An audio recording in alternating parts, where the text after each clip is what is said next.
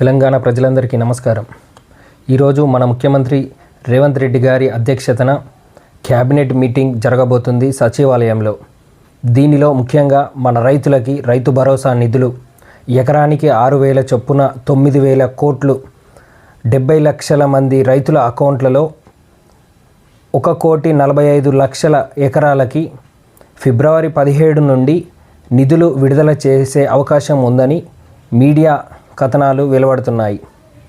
అలాగే ఈరోజు క్యాబినెట్ మీటింగ్లో నిన్న వెలువడినటువంటి మున్సిపాలిటీ ఎలక్షన్స్ రిజల్ట్స్లో 116 స్థానాలకి గాను కాంగ్రెస్ పార్టీ 83 స్థానాలను గెలుచుకుంది. 7 కార్పొరేషన్లకి గాను 4 స్థానాలని కాంగ్రెస్ పార్టీ గెలుచుకుంది.